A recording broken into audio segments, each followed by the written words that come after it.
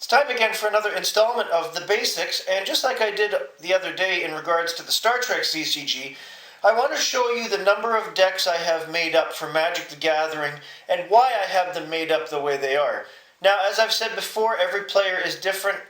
There is no one way or one amount of decks you need to have at any given time, but I'm going to show you how I do it. And in my case, like in the Star Trek CCG, it's more because of a neurosis.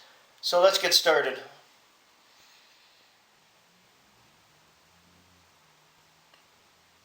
Now, because Magic has 5 main colors, it actually makes it easier to keep track of your decks, and I'm going to show you why.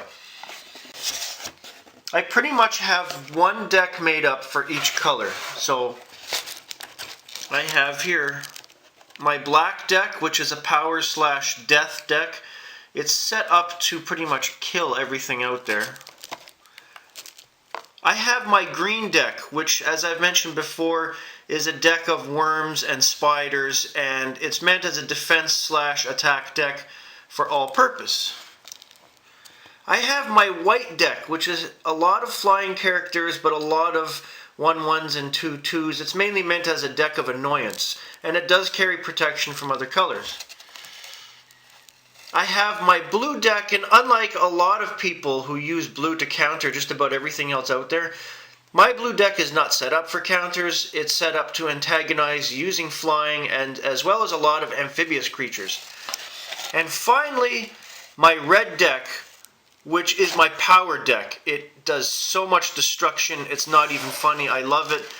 And even though these decks are set up quite well to my own specifications, I do swap out cards here and there like I would with any other card game to improve the decks. But we're not done there, because I also have one dual color deck set up at all times, which is my combination red-black deck, and it does contain the multicolored gold cards as well as colorless lands. It's a great balance between destruction and death, as well as multicolored creatures that help make it a very complete deck. And of course, I'm using the 30 to 35% mana rule. Now, I know a lot of players who don't go with one deck per color, but they have a lot of multicolored decks set up purposely. One person I used to play with never used one straight color in a deck. He'd have 4 decks set up of multicolors, either 2 or 3 different colors, and all the lands therein. So there's really no wrong way to do it. It's all about what you're comfortable with and how you play the game.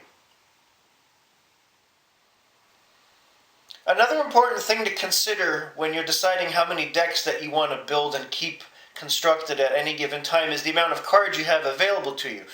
Because I have many cards collected over the years, I have more than enough of a card pool to choose from to make several decks at a time or more. If I go back to my main collection, I still have more than enough cards to make several more decks, plus I have a separate box of mana itself that you've seen on a previous episode. So, there you go. Have a great day, everybody.